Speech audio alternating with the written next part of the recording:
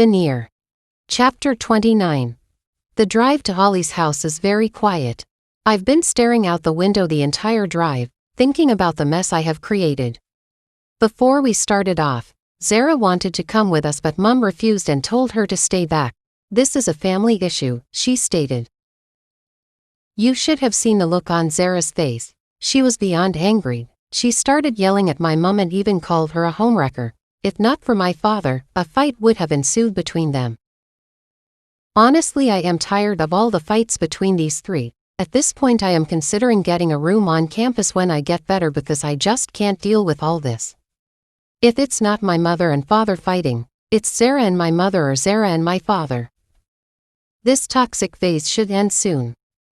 After a 1-hour drive, we pull up in front of Ollie's house and step out of the car. There are about 3 cars already there. At the door, I knock and we wait. The door opens, and a young woman in her early 30s is standing there. "Hello," she says. "Hey, how are you?" "I am fine, thank you. How can I help you?" "I am looking for Ollie. Is he home?" "Ollie? Who's Ollie?" "The owner of this house." She looks at me with a confused look. "I think you have the wrong house. There's no Ollie in this house. This house belongs to my husband and I." "Your husband? Is he home?" asks Dad. "Yes, he is. Why?" "Can we see him?" "Sure. Excuse me." My heart begins to beat fast as we wait for her husband. The thought of her husband being Ollie makes me sick.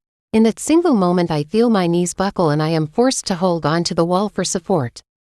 However, when she and her husband walk out, I breathe a sigh of relief. It's not Ollie.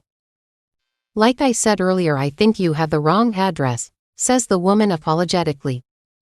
"I have been here before. I don't have the wrong house," I say. "Ollie brought me here and said it was his father's house. I even spent a night here." My daughter is telling the truth. I too came here to drag her out one night, Dad adds. "Do you have a picture of this same Ollie?" "Yes." I pull out my phone and show them. "Oh," they explain in unison. "You know him?" "Yes, please come in." They open the door wide and we walk in. The walls in the living room are filled with paintings and photos of them. These weren't there when I came over. "Please sit down. Can I get you anything to drink?" "No thank you." "So how do you know this person?" "His name is Ephraim and he was our house sitter. My husband and I hired him when we traveled out of the country. We just got back about 2 weeks ago." "You mean this isn't his father's house?" "No, it isn't. Kindly tell us what happened." I clear my throat and say, "I met Ollie online and we started dating. He told me he was in Livingstone at the time and when we met he brought me here claiming it was his father's house."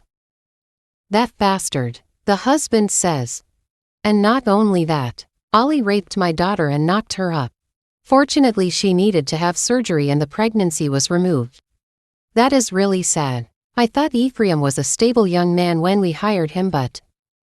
"Where did you hire him? And do you know where he is currently?" "We hired him from House Sit Match. But he's no longer with them. He was fired. He stole some valuable items from our house. We reported him to the company that we hired him and they got him arrested. He was actually in jail for the last couple of weeks but someone bailed him out and paid for the things that were stolen." "Oh wow. So there's no way we can get to him?" "I don't really know much about him. All his details are with House Sit Match. Maybe they can help." "Okay, can you kindly give us their details?" "Sure." She stands up and gets a card from the table which she hands to my father. "Thank you so much for your help." "You are welcome. I am sorry for what happened to your daughter. I pray she gets the healing she deserves and I pray you find that bastard and get him arrested." "Thank you." And with that we leave their house. We've just gotten in the car when a text comes through to my phone. "Stop looking for me. I will come to you when need arises. All these cat and mouse games you want to start playing with your parents will land you in bigger problems. Stop it, babe. I don't want to hurt you," it reads. And it's from a different number. "Are you okay?" Mom asks and I hand her the phone. "So this bastard is watching you?" "It seems so. Why don't you block his line?"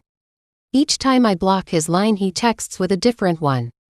I have blocked a couple of his numbers.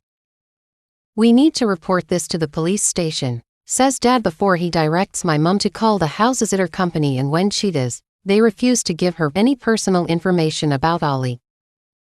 They said they don't give out personal information about their employees, even after what he did. Apparently they are bound by the rules in their contracts and they wouldn't want to breach that. Wow, just wow. So what do we do next? Let me drop you off at home, then I can report the matter to the police station. I can come with you, I suggest. No, Goosejay, you need to go back home and rest.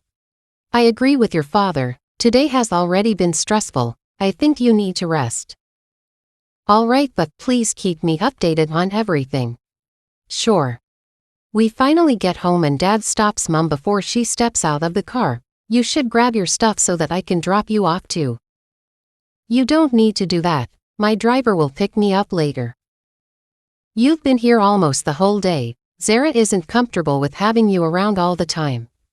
I know you are worried about our daughter, but if you don't want me here, then allow me to get Goosejay. Because there's no way I am staying away from my child then. Gianna, please, you are making things hard for Zara and I, please understand. I step out of the car and head into the house. Their arguments are beginning to sound like a broken record. Honestly, I don't understand why Mom is being difficult at this time. It's not like her presence is doing much. She's usually on her phone even when she's taking care of me. Dad still has to be the one to attend to my needs even when she's around. Sometimes I feel like she's jealous of Zara's relationship with my dad. I don't think she ever expected Dad to find someone else.